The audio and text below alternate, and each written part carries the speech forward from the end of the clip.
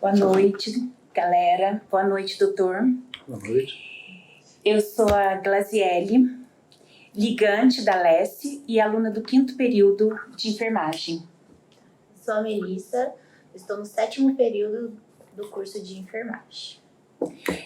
Se você ainda não nos conhece, nós somos da Liga Acadêmica de Saúde, inovando em experiência e o nosso foco é inovação.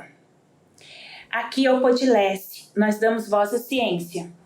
Temos um episódio a cada mês.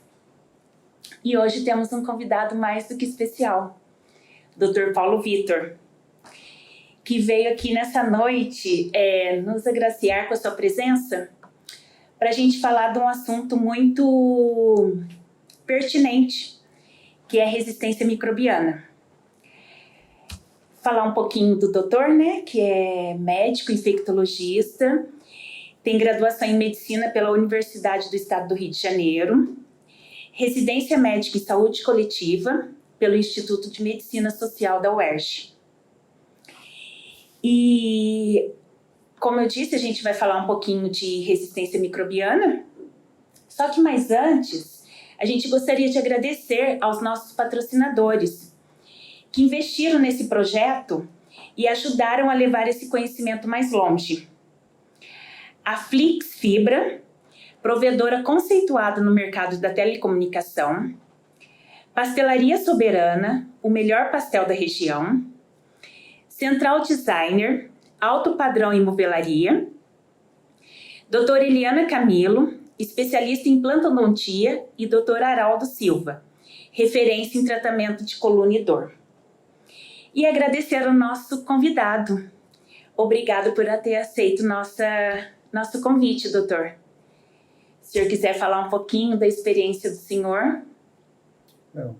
Inicialmente eu gostaria de agradecer o convite, né?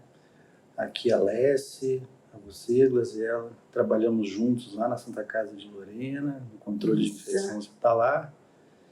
E é um prazer estar aqui com vocês, discutindo esse importante tema da resistência bacteriana. Então, doutor, e é um tema muito pertinente, né, nos dias atuais, porque é uma ameaça à saúde pública mundial, né? Então, por isso que eu com a minha colega, a Melissa, a gente quis abordar esse assunto. E só que, para começar, eu queria falar um pouquinho lá da história. Quem não estudou um pouquinho lá na escola sobre o brilhante cientista Charles Darwin, que com a sua teoria da evolução.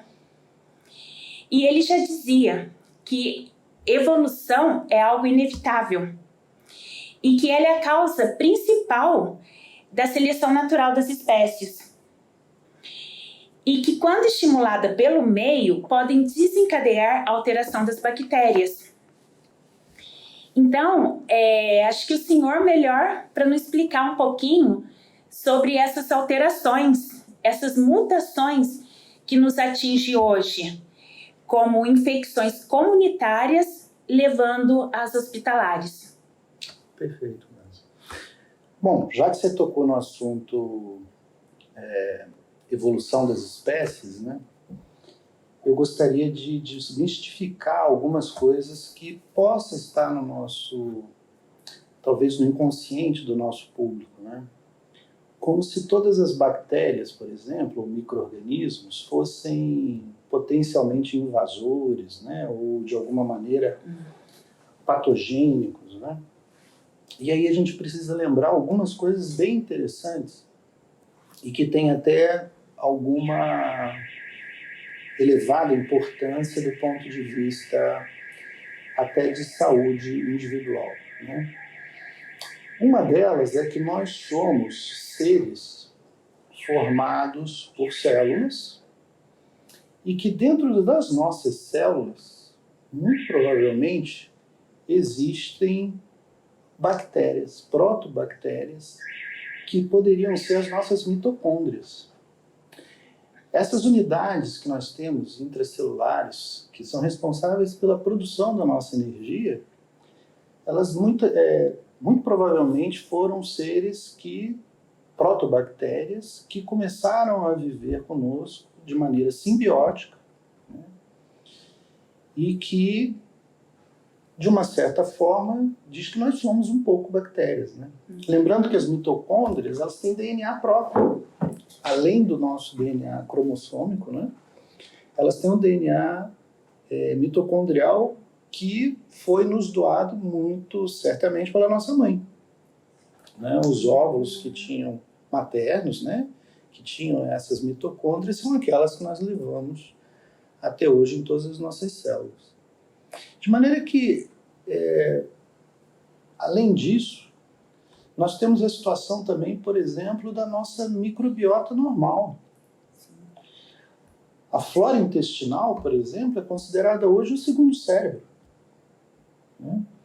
Conhecemos aí a importante vinculação entre essa microbiota e até alterações psíquicas. Então, quando a gente fala de resistência bacteriana, como se nós tivéssemos que lutar contra qualquer tipo de bactéria, a gente precisa lembrar que nós somos bactérias. E nós vivemos num ambiente rodeado por micro-organismos. Então, o que nós estamos tratando, na verdade, é de um equilíbrio ecológico entre as nossas bactérias, algumas que são até protobactérias lá do nosso início, da nossa formação ainda na evolução das espécies enquanto animais, e que faz parte desses pequenos seres, né, tentarem sobreviver no ambiente em que eles vivem. Doutor, é até interessante isso que o senhor está falando, até mesmo o senhor citar para as pessoas ficarem até mais cientes, porque a gente sabe que o nosso intestino é colonizado por essas bactérias. E quando a gente fala, nossa, nós somos colonizados por bactéria, assusta um pouco. O senhor pode citar alguma delas Claro. que ficam, né, nosso... Olha, por exemplo, na nossa pele, nós temos algumas bactérias que nós chamamos de gram-positivas, né? Como, por exemplo, os estreptococos, né? Eles são muito comuns na pele, Staphylococcus epidermidis, Captes, né? Eles convivem conosco, né? Fazem parte da nossa microbiota e têm uma função até protetora, né? Porque eles competem muitas vezes com bactérias que poderiam ser agressivas, né? Que poderiam ser patogênicas, né, e fazem parte da flora. Na flora intestinal, por exemplo, temos a famosa Escherichia coli, né? Ela faz parte integrante dessa flora, ela é responsável também pela manutenção dessa simbiose, né? Uhum. Lembrando que a gente ainda tem uma flora anaeróbica, né? 80% da flora intestinal é constituída por micro-organismos anaeróbicos estritos, né? Eles não vivem com ar, por exemplo. Então, quando você toma um determinado antibiótico, se bem indicado, se bem orientado, ainda assim haverá um sacrifício dessa flora normal em função desse tratamento dessa doença bacteriana, normalmente, né? Para ser utilizado um antimicrobiano, que vai agredir essa flora. Você vai ter efeitos secundários, colaterais a essa terapia. O que normalmente a gente tenta fazer é não utilizar um antimicrobiano de muito largo espectro, que consiga afetar todas as bactérias, mas apenas um número mais restrito, né? Tentando focar naquela bactéria patogênica para que somente ela seja afetada, né?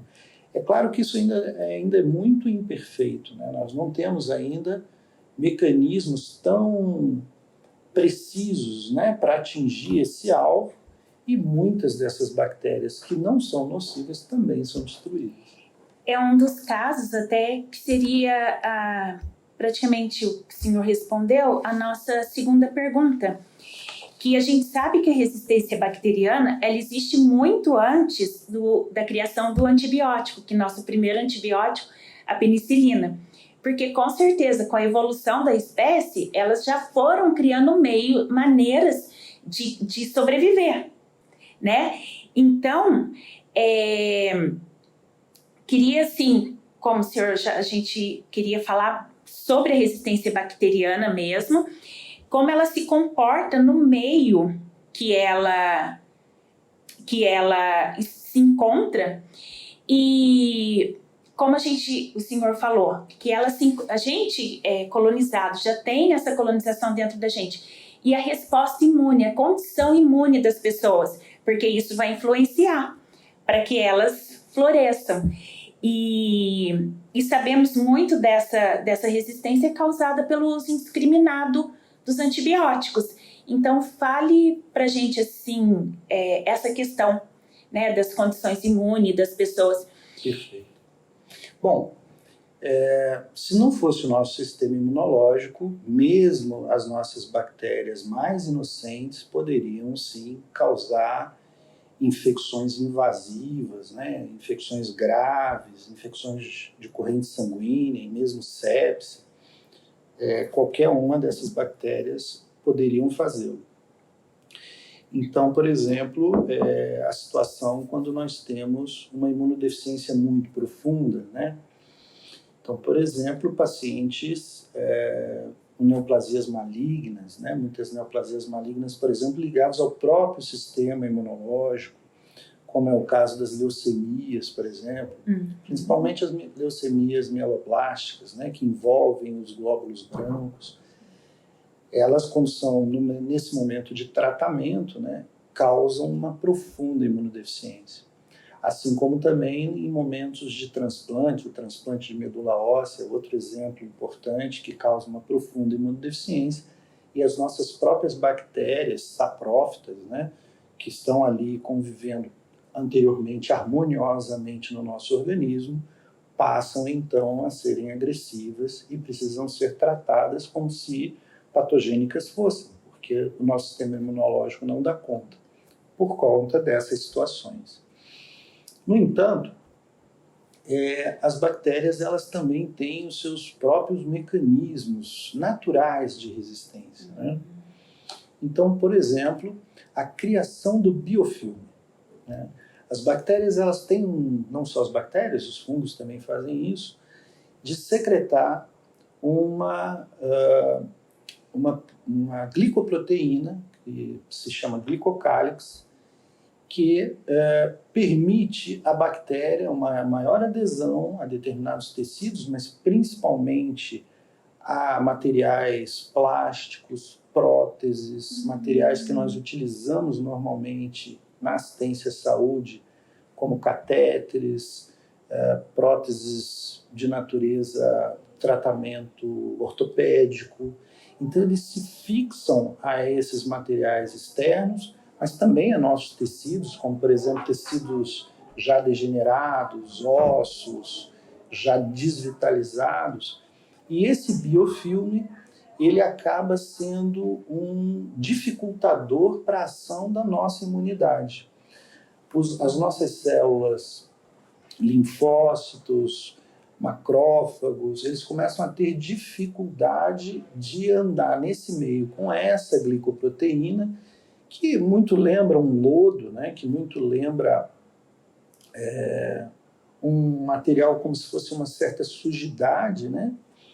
Que impede a correta ação dessas células de defesa, o que acaba levando à cronificação dessa infecção e muitas vezes a capacidade da bactéria em estar num estado quiescente, num estado onde ela está numa certa letargia metabólica. De maneira que qualquer droga que tente atuar sobre a bactéria vai ter muita dificuldade para encontrar os sítios de ação metabólicos expostos dessa bactéria, porque ela simplesmente não está fazendo um metabolismo intenso e uma divisão celular intensa para que o antimicrobiano atue. Essas são formas naturais. As bactérias têm essas formas já a princípio. E isso, então, implica na dificuldade que o antibiótico também encontra de fazer o efeito. Perfeito. E aí, falando um pouquinho mais disso, o senhor chamou a atenção, porque a gente tem questões principalmente nos hospitais, de procedimentos invasivos.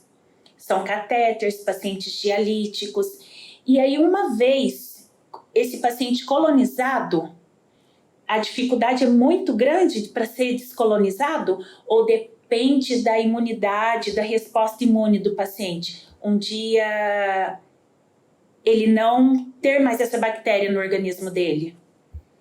Interessante a sua pergunta. Na verdade, o que eu acredito é que esses pacientes acabam tendo uma espécie de disfunção da sua microbiota.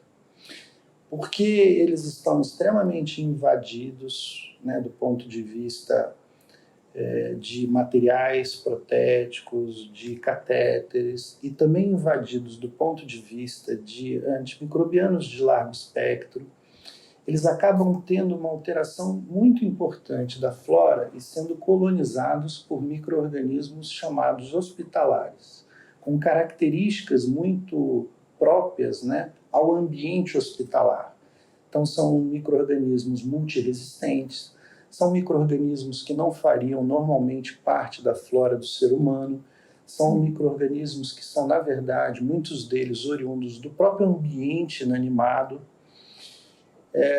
e que, de uma forma, acabam colonizando, e quando eles encontram o ambiente propício, eles acabam causando infecções clinicamente significativas.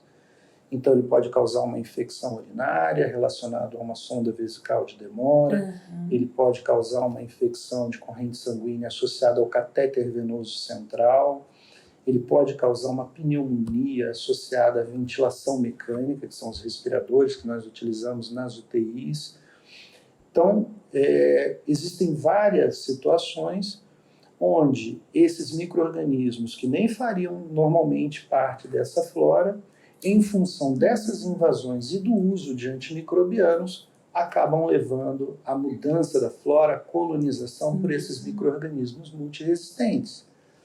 Na maioria das vezes, se o paciente volta à comunidade e volta à sua vida habitual, volta ao trabalho, volta para a escola, volta para a sua vida normal, essa colonização ela desaparece. Ao longo do tempo, cada paciente vai ter uma situação específica, dependendo do seu grau de imunidade, dependendo ainda da invasão que possa vir a estar acontecendo, mas vai levar algum tempo até ele passar a ter uma flora normal novamente, como nós aqui na comunidade.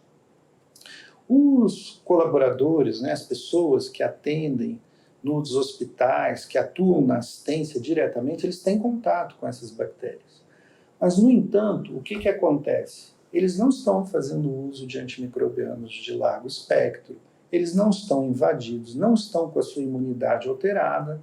Então, o que acontece com a pessoa que trabalha na saúde? Ela tem uma flora hospitalar transitória na sua pele, normalmente nas mãos, que é onde a pessoa encosta no paciente. Exato. Então, ele se coloniza, ele fica ali cerca de 2 horas, e a nossa própria flora é capaz de expulsar essas bactérias. As bactérias, elas têm uma coisa que nós chamamos de fitness, como se fosse mesmo a nossa capacidade, por exemplo, de fazer um exercício cardiorrespiratório. Para elas se tornarem extremamente resistentes, como a flora hospitalar, elas perdem esse fitness. Então, a nossa flora normal, habitual, da comunidade, ela tem esse fitness muito mais propício à sua convivência conosco. Então, a flora hospitalar é incapaz de competir de igual para igual, em função desse fitness, com as bactérias saprófitas da nossa pele.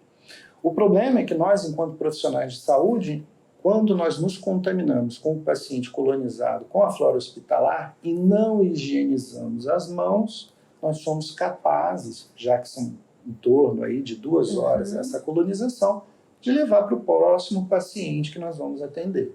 Daí a importância da higienização das mãos no meio hospitalar. Que a gente sempre está falando.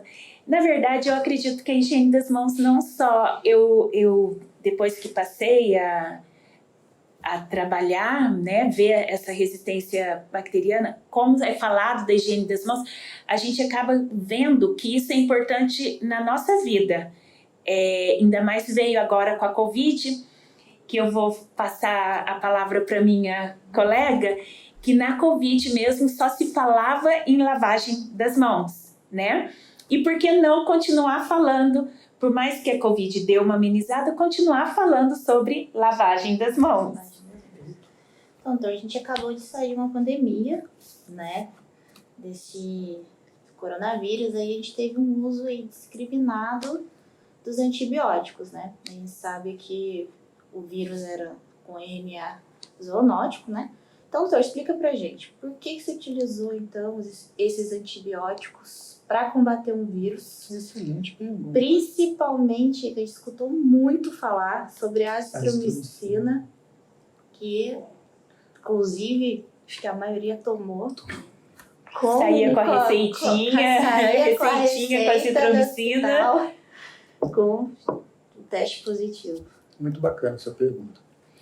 Bom, em primeira instância, nós temos a situação de que, muitas vezes, na prática clínica, o médico pode ter alguma dificuldade para fazer um diagnóstico de certeza se um paciente que se apresenta com determinada sintomatologia clínica, por exemplo, com febre, falta de ar, dor torácica, tosse e alterações radiográficas, se ele tem exclusivamente Covid-19 ou se ele possa ter uma pneumonia bacteriana ou, o que talvez fosse o caso mais frequente entre os pacientes graves, apesar de ter o diagnóstico de Covid-19, se ele não teria feito uma pneumonia bacteriana em cima dessa primeira infecção viral. E aí nós temos um protocolo mundial, que pneumonia da comunidade nós tratamos muitas vezes, normalmente com 2 antimicrobianos, principalmente as pneumonias graves, a ceftriaxona e um macrolídeo. Esse macrolídeo pode ser a claritromicina, ou, como você muito bem citou, a nossa amiga azitromicina. O que acabou imperando durante grande parte da pandemia? É que um grupo em Marselha, na França, eles fizeram estudos preliminares onde parecia ter algum grau, muito pequeno, é verdade, de evidência, mas nós estávamos no início da pandemia, não sabíamos como tratar a Covid-19, e esses dados preliminares sugeriam que a azitromicina melhorasse a função imunológica do paciente. É claro que a azitromicina não teria nenhum papel do ponto de vista antiviral, não se conhecia esse papel da azitromicina, como não se identifica até hoje. Mas a gente sabia já, isso já era uma coisa conhecida, que a azitromicina teria essa condição de melhorar a imunidade do paciente. E a outra bendita droga, né, que foi tão alardada na época, que era a cloroquina, né? Sim. Então, ela sim poderia ter algum papel antiviral. Naquela ocasião se tinha dúvida se isso aconteceria ou não. Depois ficou demonstrado que nenhuma dessas drogas tinha um grande papel no tratamento da Covid-19. Outras drogas, outros antimicrobianos têm esse papel também. A anfotericina B, por exemplo, a gente sabe, melhora a imunidade celular.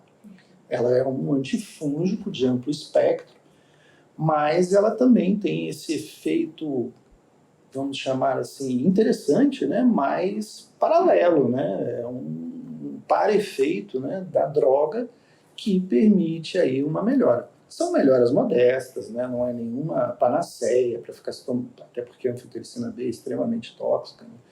Então não é nenhum tipo de coisa, vamos tomar azitromicina e anfotericina B para melhorar a nossa imunidade, não faz o menor sentido.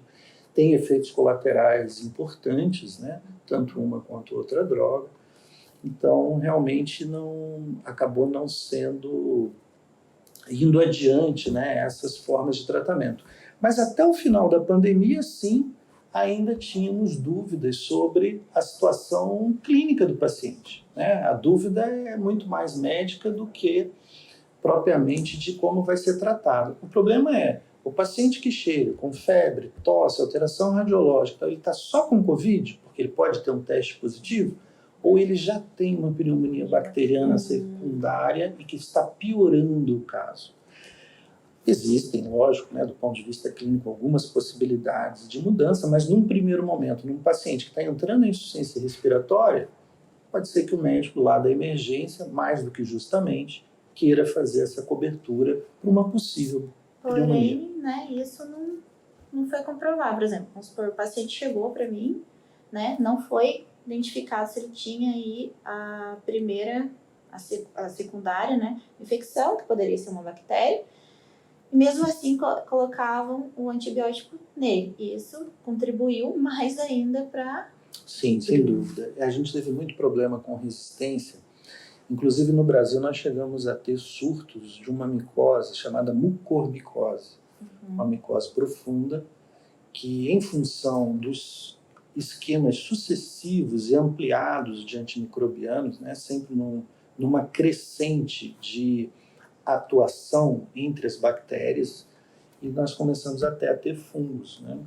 Então tivemos também situações no Brasil de aumento do número de casos, né, de mucormicose, causa infecções bastante graves, né, nasais e oculares, enfim, que podem ser inclusive letais, né, e isso em função do uso excessivo, né, de antimicrobianos, alguns justificados, outros talvez nem tanto, né. Vale lembrar um pouquinho, né, que os mecanismos, né, que hoje existem para essas multiresistências, né? A gente falou um pouquinho de resistências naturais, mas existem as resistências induzidas, né? Talvez a primeira resistência que a gente tenha conhecido tenha sido justamente em relação ao primeiro antibiótico, que era a penicilina. Né? E o primeiro micro-organismo que se mostrou logo resistente foi o Staphylococcus aureus, né, que logo ficou resistente às penicilinas, e aí houve a necessidade de se criar penicilinas semissintéticas, né? Foi onde veio a oxacilina, por exemplo, e aí já com direcionamento. Hoje nós temos vários estafilococcus em meio hospitalar que são resistentes também à oxacilina. E uma coisa que eu achei muito interessante quando o senhor falou do Staphylococcus, que ele fica nas nossas narinas. Perfeito. Uma coisa que é interessante, né, se falar, porque com a respiração eu posso estar transmitindo, então, pro... É mais comum com as mãos mesmo, porque ele não se transmite bem por gotículas, mas quando a gente leva a mão, e a gente leva a mão ao nariz inúmeras vezes por hora, a gente às vezes nem percebe, né, que faz movimentos, enfim, e aí você tem esses Staphylococcus na mão, e aí você pode transmiti-lo aos pacientes. É uma das situações onde os profissionais da saúde podem ser o vetor para os pacientes de micro-organismos multiresistentes, em especial o Staphylococcus resistente à oxacilina, que a gente abrevia, né, chamando de MARSA. Então, vou fazer uma brincadeira aqui, né? Porque em hospitais, em clínicas, a gente sempre fala higiene das mãos. Ah, lá vem a turma da higiene das mãos. Vamos lavar as mãos. Então, galera, vamos lavar as mãos. Perfeito. Doutor, é interessante também que nas pesquisas que a gente realizou, que algumas bactérias, né, em relação aos antibióticos, tem alguns que levaram alguns anos, até 17 anos para ser resistente, mas tem algumas bactérias que ao mesmo ano da aplicação do antibiótico já criou a resistência. Então a resistência né, sintética, ela é rápida também. Muito rápida. Hoje nós temos um problema até um pouco com o setor da indústria farmacêutica nesse aspecto. Nós temos cada vez menos, principalmente nessas últimas décadas, menos antimicrobianos novos, né? Justamente pela capacidade dos micro-organismos produzirem formas resistentes, seria natural que, da mesma maneira, os seres humanos tentassem produzir antimicrobianos para combater essa resistência. Mas nós vivemos num ambiente que tem o aspecto do mercado, né? E o custo para lançar um antimicrobiano novo no mercado pela indústria farmacêutica é extremamente elevado. Primeiro precisa desenvolver a molécula, depois desse desenvolvimento laboratorial ele precisa ser testado em população humana através dos chamados ensaios clínicos randomizados, eles são extremamente caros. Precisa passar por toda a fase, né, de avaliação pelas instituições nacionais, mundo afora, de controle, né, de qualidade, aqui no caso do Brasil seria a Anvisa. E depois disso tudo, depois desse tempo todo, ele cai no mercado e a primeira coisa que, por exemplo, os profissionais da área mais especializados vão dizer: não, esse antimicrobiano a gente vai guardar para as bactérias mais resistentes, porque é um antibiótico novo e nós não queremos usá-lo. Do ponto de vista da indústria, isso de fato não é a coisa mais interessante do mundo, porque ela acabou de colocar no mercado um antimicrobiano e gostaria que ele fosse comercializado de maneira o mais intensa possível, né, de forma mais larga possível. E acaba que não é isso que acontece. E muitas vezes, a despeito dessa certa resistência em colocar o antimicrobiano para uso geral, por parte dos profissionais médicos, em especial dos infectologistas, o que acaba acontecendo é que a resistência advém, e aí o antibiótico começa a não ter mais aquele interesse inicial que poderia ter no início, né? Mas é tudo uma questão muito complicada, porque se eu lançar esse antibiótico também e começar a usar ele indiscriminadamente, aí pode ser que o colapso também seja muito maior. Então é tudo ali bem para o equilíbrio, né? A gente não quer contribuir, né? Exatamente. O que acontece é que a indústria não se interessa. Exatamente. Deixa de se interessar por conta, né, desse custo de produção e, ao mesmo tempo, a rápida desinteresse em função da resistência e também da questão de que quem vai utilizar não quer usar, né? Quer usar só em último caso, porque é o último antimicrobiano, porque aquele antimicrobiano só deve ser usado em determinadas circunstâncias. Então, o governo Obama ele teve uma ação importante em relação a isso. Ele produziu, né, mecanismos, né, que permitissem à indústria farmacêutica, em especial a norte-americana, que produzisse novos antimicrobianos com esse intuito. Eles têm lá um problema muito sério, que a gente estava falando de Staphylococcus aureus, né, e eles têm esse MRSA, né, esse Staphylococcus resistente às penicilinas. Eles têm isso de forma comunitária. Aqui no Brasil normalmente nós temos somente esses micro-organismos, mais comumente. Já existem casos no Brasil também, mas de maneira importante é dentro dos hospitais. E nos Estados Unidos estava ocorrendo já na comunidade, né, uma forma especial do Staphylococcus aureus, e não tinha antibiótico, por exemplo, para ofertar, tanto para pneumonias quanto infecções de pele. Inicialmente afetou os conscritos, né, das Forças Armadas norte-americanas, também tinha afetado o grupo de jogadores de futebol americano, estava restrito, né, algumas subpopulações, mas depois isso acabou se alastrando um pouco mais pelas comunidades, e aí começou-se a ter pneumonia por MRSA vindo da comunidade. E aí, por exemplo, foi o antibiótico, a ceftarolina, foi desenvolvida com o objetivo de atuar nesse nicho, né, nessa situação, e foi parte dessa política, né, de desenvolvimento de antimicrobianos do governo Obama. É que, como eu falei no começo, é uma ameaça à saúde pública, então a gente tem que começar a tomar medidas para pensar nisso, né? Já que você falou de saúde pública, é interessante notar que algumas das formas de resistência hospitalares hoje já estão na comunidade, né?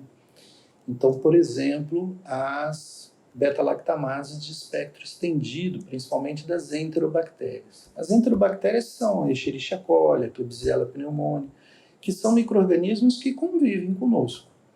Só que elas começam, em função do uso de antimicrobianos nos hospitais, a desenvolver determinadas enzimas que são capazes de destruir todos os antibióticos derivados das penicilinas. E é o nosso principal grupo de antibióticos que a gente tem na prática clínica. Então, tanto os pacientes que são egressos, têm alta do hospital, tanto em função do próprio esgoto que é lançado do hospital nos rios, acaba contaminando o ambiente. Isso tem a ver também com a questão dos viajantes. Então, por exemplo, nós temos problemas na Índia. A Índia nós temos um problema social muito grande, mas eles produzem antibióticos e qualquer um pode comprar antibiótico numa venda, porque muitas vezes não é nem uma farmácia. E a pessoa às vezes toma 1, 2, 3 injeções durante 2 ou 3 dias e depois para de usar. E aí começa a criar novas resistências, porque a infecção não foi debelada, você deu só aquele estímulo e aí a bactéria se tornou resistente. E aí pessoas viajam até a Índia, enfim, ou indianos viajam até a Índia. É só um exemplo, existem inúmeros outros países que têm problemas semelhantes. Estou lembrando da Índia por causa da New Delhi, que é uma forma de resistência da Klebsiella pneumoniae, e acaba disseminando entre a comunidade. E aí você tem mananciais de água contaminados com bactérias produtoras de SBL. Aí você pode ter pássaros que se contaminam nessas águas. E aí você tem produtos já vindos aí do meio rural também contaminados. E aí você tem uma disseminação. A tal ponto que hoje a gente não isola mais os pacientes de SBL nos hospitais, porque eles já vêm da comunidade colonizados com essas bactérias. Então, doutor, o senhor falou uma questão aí dos alimentos, dos animais contaminados, mas é uma pergunta que a gente quer fazer para o senhor dos nossos alimentos aqui. Então, doutor, hoje, utiliza muitos antibióticos na área da agropecuária, na medicina veterinária, Como que esse uso de antibióticos nos animais pode nos afetar, acometer, gente? Aqui. Perfeito. Nós temos um histórico, eu diria triste, do uso de antimicrobianos do uso veterinário, que foi utilizado principalmente na criação de frangos, onde se utilizou, e ainda se utiliza, doses pequenas de um antibiótico que a gente usa no hospital para infecções graves, justamente para o estafilococcus resistente à oxacilina, que é a vancomicina. Usa-se em doses pequenas para engordar o frango. Descobriu-se que em dando essas pequenas doses, o frango ganha mais massa muscular, ganha mais peso, enfim. Então, é um uso não para tratamento de nenhuma infecção no frango, mas apenas com o intuito de engorda e crescimento. E o que aconteceu é que uma das bactérias que é comum entre as aves e o ser humano, o enterococo, ele acabou ficando resistente à vancomicina e isso voltou para o ser humano. E hoje é um problema hospitalar, que nós temos o enterococo resistente à vancomicina, que é um problema em algumas instituições de saúde. Então, é o uso veterinário e, de uma certa forma, voltado para a questão comercial, afetando a resistência bacteriana. Então, o problema da resistência bacteriana não está só nos hospitais, está no uso indevido, muitas vezes, de antimicrobianos fora dos hospitais. Na agropecuária. Sujeito a comer. Esse é um outro grave problema. E aí você pode ter uma situação de se sensibilizar a um antibiótico que você nunca tomou, do ponto de vista médico, clínico, E aí você está sensibilizado e não sabe. E aí quando você for precisar do ponto de vista por uma doença, para tratar uma infecção, você pode ser alérgico àquilo ali e não saber. Porque você entrou em contato com esse antimicrobiano por outros mecanismos que não na área da saúde. Ok. Então, doutor, você pode dar uma breve explicação para a gente de quais os profissionais da área de saúde que têm que entender pelo menos os princípios básicos, né, sobre a resistência bacteriana? Certo. Olha, o primeiro profissional assim que eu vejo que precisa, né, ter essa consciência justamente é a minha classe, né? São os médicos, porque são eles os prescritores de antimicrobianos, né, e tem essa responsabilidade maior. Eu acho que na maioria dos ambientes, né, que a gente tramita, existe essa preocupação, né, existe essa dúvida, né, e sempre o que a gente tem é o risco de você dar um antibiótico que não seja eficiente para uma doença, muitas vezes até potencialmente grave, e o paciente evoluir mal. Então, eu acredito que a maioria dos meus colegas que eventualmente tenham alguma prescrição um pouco mais, digamos assim, abrangente, né, do ponto de vista, na verdade estão com medo de um resultado desfavorável para o seu paciente e não simplesmente porque seja um descaso ou qualquer coisa nesse sentido, né? E aí, realmente, a presença de um profissional da especialidade pode ajudar bastante nessas situações, e é por isso que a maioria dos hospitais tem em seus quadros infectologistas para tentar orientar esse melhor uso possível. Evidentemente, as enfermeiras também precisam conhecer isso, porque são elas que mais têm contato físico, né, direto com o paciente. Estão lá no cuidado direto, né, encostam nesse paciente, cuidam da sonda, cuidam do catéter, e precisam saber que esses instrumentos, e inclusive administram o próprio antimicrobiano, né, que é um problema, né, inclusive de se sensibilizar, né, pessoalmente com esses antimicrobianos, uma vez que eles podem criar aerossóis no momento que você está fazendo a preparação da medicação e ficarem alérgicas a essa situação, né, a esse antimicrobiano. Então, tudo isso é muito importante, né, também nessa situação. Todos os profissionais, de uma maneira geral, que trabalham dentro do hospital.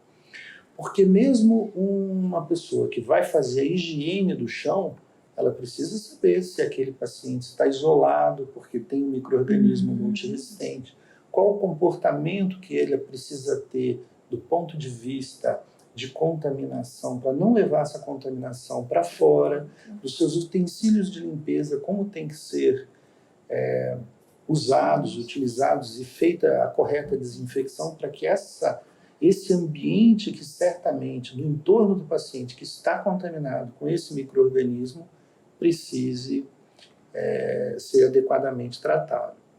Fora do hospital, a gente tem a situação também de veterinários. Os veterinários também precisam ter esse cuidado, porque hoje, na situação que nós temos, né, de muitos pets dentro de casa, esses micro-organismos podem começar a ser translocados em relação a outros. A gente vê, por exemplo, muita coisa relacionada a micoses, né, que podem estar desenvolvendo com cães, que podem ser transmitidas, né, para os seus donos, enfim. Então, a gente tem essa convivência, né, e o uso indiscriminado também em animais também pode estar. Na verdade, o maior problema acaba sendo na própria agroindústria, né, que acaba utilizando de maneira exagerada, contínua e intensa, né, nas suas produções. Então, esse talvez seja... Nós temos os fisioterapeutas hospitalares. Todos os profissionais de saúde do hospital precisam conhecer. Os fisioterapeutas também intensamente encostam nos pacientes. Tem pacientes isolados que eles precisam prover fisioterapia, aspiração, né, de material. Mexe muito com a ventilação mecânica. Não há dúvida. Nutricionistas precisam conhecer bastante isso. Interessante. Doutor, é uma gama de perguntas, dá vontade de perguntar muito mais coisa. Nosso tempo é curto. Como que eu gostaria de falar um pouquinho das infecções urinárias, que a gente está vendo muito, tô com infecção de urina, tomo um antibiótico, só que eu interrompo, eu acho que melhorei, eu interrompo. E isso é uma causa de resistência, então fico alerta para os profissionais de saúde. O mau uso, né, O mau do uso. antibiótico, não respeita o tempo dele, né, de Perfeito. uso. O uso, né, muitas vezes de forma indevida, e contínua, né, ele vai realmente proporcionar um aumento da resistência bacteriana. Então, por exemplo, nós tínhamos um antimicrobiano que foi muito usado décadas passadas, que é a ciprofloxacina. Usou-se de maneira, por ser por via oral e por ter uma cobertura muito boa para a maioria dos micro-organismos àquela ocasião que causavam infecção urinária. Hoje, no último levantamento que eu fiz, na comunidade, num determinado grupo assistido por uma determinada operadora de saúde, em São José dos Campos, 22% das mulheres tinham resistência a das bactérias, né, que causavam, normalmente a Escherichia coli, né, que nós já comentamos, tinham resistência a esse antimicrobiano. Então é uma taxa muito elevada, né, e que realmente começa a tornar o antibiótico até difícil o uso, né, porque com uma taxa tão alta, você começa a não confiar mais nesse antimicrobiano. E depois uma infecção de urina que poderia ser tratada mais simples com antibiótico, né, de uso mais comum, passa a usar de largo espectro, né, uns antibióticos mais fortes. E aí... Nesse aspecto, né, principalmente a mulher que tem infecção urinária de repetição, ela realmente precisa fazer uma urocultura, né, para ter melhor orientada essa terapia dentro justamente dessa visão, para não causar maior resistência, que vai prejudicar o próprio segmento dessa situação. Entendi. Doutor, a gente queria conversar mais. Exato. Bastante perguntas, mas infelizmente o nosso tempo esgotou. Vai ter que ser para um próximo Podilesse. Se o senhor, né? Aceitar. Claro, porque depois dessa conversa vieram N perguntas. E eu acho que a turma também vai ficar... É um curiosa. Assunto, né? Bem... Que tá no nosso meio, né? Questão também da saúde pública. Da saúde, então, exato. A população em geral, né? Doutor, então a gente agradece o senhor pela presença. Eu que agradeço vocês. Obrigado pelo convite. Pelo tempo. A gente quer agradecer a Lessie também por ter dado essa oportunidade. Agradeço nossos patrocinadores, né? E, gente, muito obrigada. Muito obrigada. Boa noite.